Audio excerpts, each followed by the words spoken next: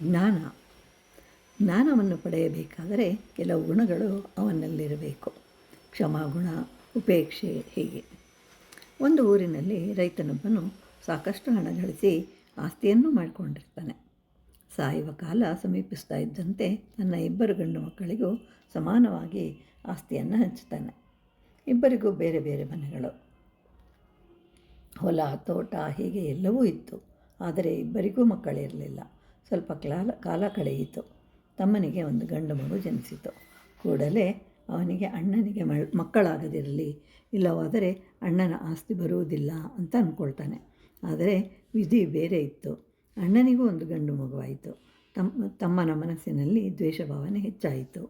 ಆ ಮಗುವನ್ನು ಕೊಲ್ಲಬೇಕು ಎನ್ನುವಷ್ಟು ಅಸೂಯೆ ಉಂಟಾಗಿ ಕೊನೆಗೆ ಆ ಮಗುವಿಗೆ ವಿಷವನ್ನು ಕೊಟ್ಟು ಕೊಲ್ತಾನೆ.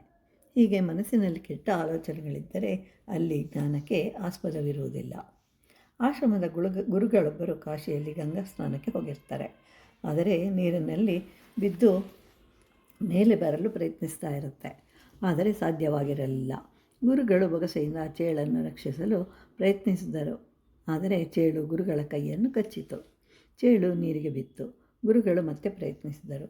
ಆದರೆ ಚೇಳು ಪುನಃ ಗುರುಗಳ ಕೈ ಕಚ್ಚಿತು. ಹೀಗೆ ಅನೇಕ ಸಲ ಪ್ರಯತ್ನಿಸಿದರೂ ಸಾಧ್ಯವಾಗಲಿಲ್ಲ. ಪಕ್ಕದಲ್ಲಿದ್ದವನು ಇದನ್ನೆಲ್ಲ ಗುರುಗಳಿಗೆ ಹೇಳ್ತಾನೆ. ಏಕೆ ಹೀಗೆ ಮತ್ತೆ ಮತ್ತೆ ಕಚ್ಚಿಸ್ಕೊಳ್ತೀರಾ ಎಂದಾಗ ಹೇಳ್ತಾರೆ, ಅದು ಹೇಗೆ ತನ್ನ ಬುದ್ಧಿಯನ್ನು ಬಿಡುವುದಿಲ್ಲವೋ ಹಾಗೆ ನಾನೂ ಸಹ ನನ್ನ ತನವನ್ನು ಬಿಡುವುದಿಲ್ಲ ಅಂತ ಹೇಳ್ತಾರೆ. ಏಕನಾಥನೆಂಬ ಸಂತನೊಬ್ಬನಿರ್ತಾನೆ. ಬಹಳ ಒಳ್ಳೆಯವನು. ಒಂದು ದಿನ ಪಕ್ಕದ ಮನೆಯವನು ಹೋಗ್ತಾ ಇರುವಾಗ ಅವನ ಮೇಲೆ ಗಲೀಜಾದ ನೀರನ್ನು ಹಾಕ್ತಾನೆ.